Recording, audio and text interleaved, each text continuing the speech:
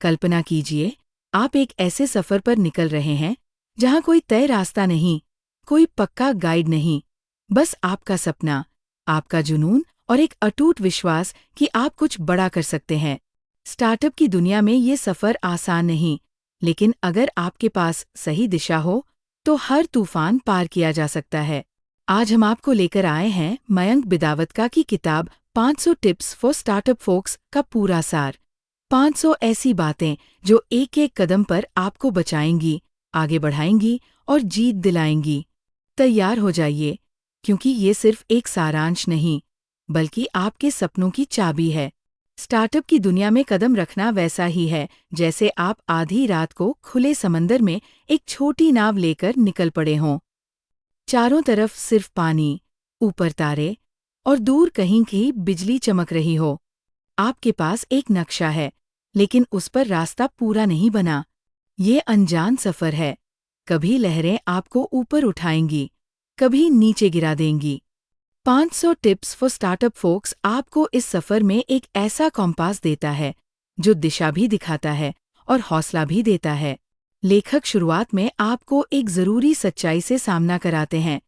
जुनून तुम्हारा इंजन है, लेकिन अकेले इंजन से गाड़ी नहीं चलती। पहिए, पेट्रोल और सही ड्राइवर की भी जरूरत होती है। यहाँ इंजन आपका पैशन है, पहिए आपकी टीम, पेट्रोल आपका फंड और समय है, और ड्राइवर आपका विजन। बहुत से नए उद्यमी सोचते हैं कि उनके पास एक यूनिक आइडिया है, बस वही काफी है। लेकिन किताब आपको समझाती है कि आइडिया सिर्फ बीज है। सही मिट्टी, पानी और धूप के बिना बीज कभी पेड़ नहीं बनता। इसलिए पहला कदम है मिनिमम वायबल प्रोडक्ट, MVP। अपने आइडिया का सबसे सिंपल, सबसे बेसिक और जल्दी बन सकने वाला वर्जन तैयार करो।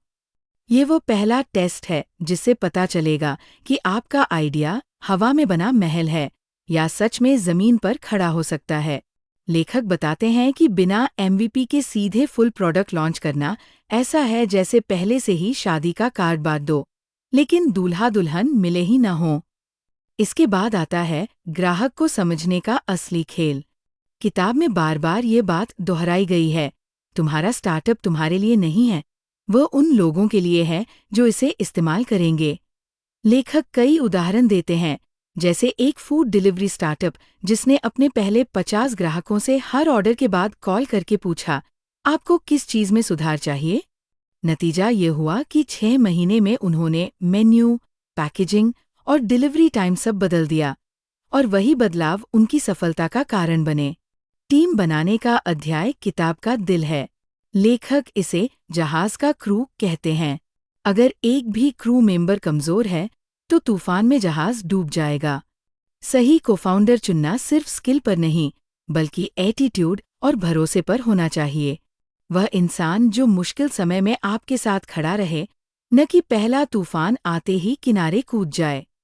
शुरुआती टीम को सिर्फ सैलरी नहीं, बल्कि इक्विटी और उद्देश्य देना जरूरी है।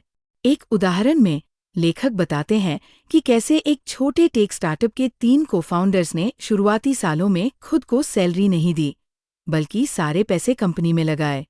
आज वही कंपनी करोड़ों में खेल रही है और तीनों का आपसी भरोसा पहले दिन जैसा है। फाइनेंस और फंडिंग पर किताब का रुख बेहद साफ है, जल्दी मत करो। बहुत से लोग सोचते हैं कि जितनी जल्दी निवेशक मिल जाए, उतना अच्छा। लेकिन लेखक कहते हैं, पैसा ईंधन है, स्टीयरिंग तुम्हारे हाथ में रहना चाहिए। शुरुआत में बूटस्ट्रैपिंग से काम चलाओ, यानी जितना खुद के पैसों से हो सकता है उतना करो। जब आपका बिजनेस मॉडल साबित हो जाए, तब निवेश लो।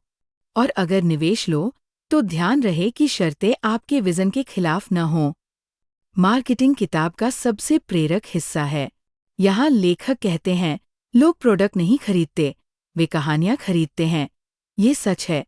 एप्पल सिर्फ फोन नहीं बेचता, वह एक लाइफस्टाइल बेचता है। नाइकी सिर्फ जूते नहीं बेचता, वह जस्ट डू इट का जोश बेचता है।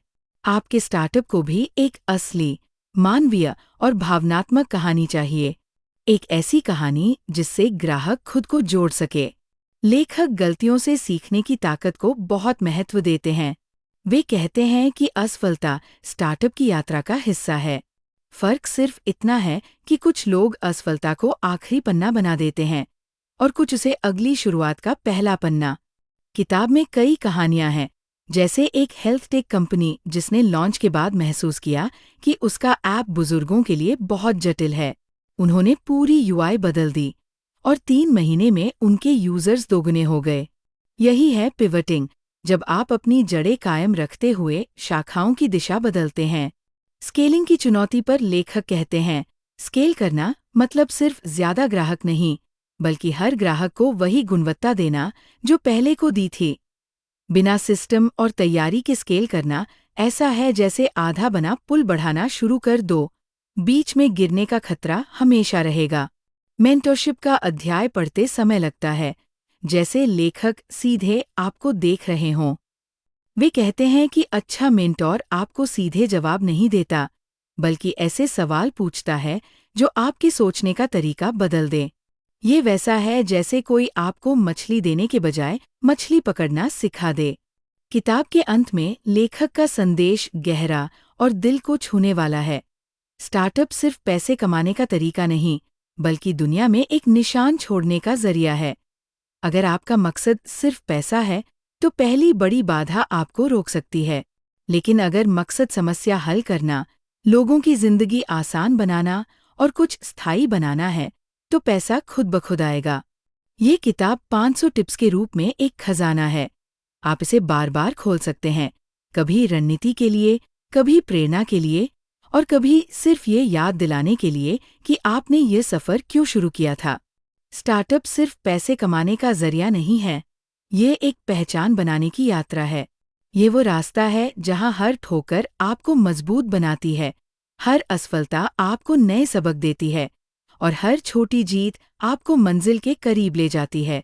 मैंग की 500 टिप्स फॉर स्टार्टअप फोक्स हमें याद दिलाती है कि सही सोच, सही टीम और सही रणनीति के साथ कोई भी सपना सच हो सकता है।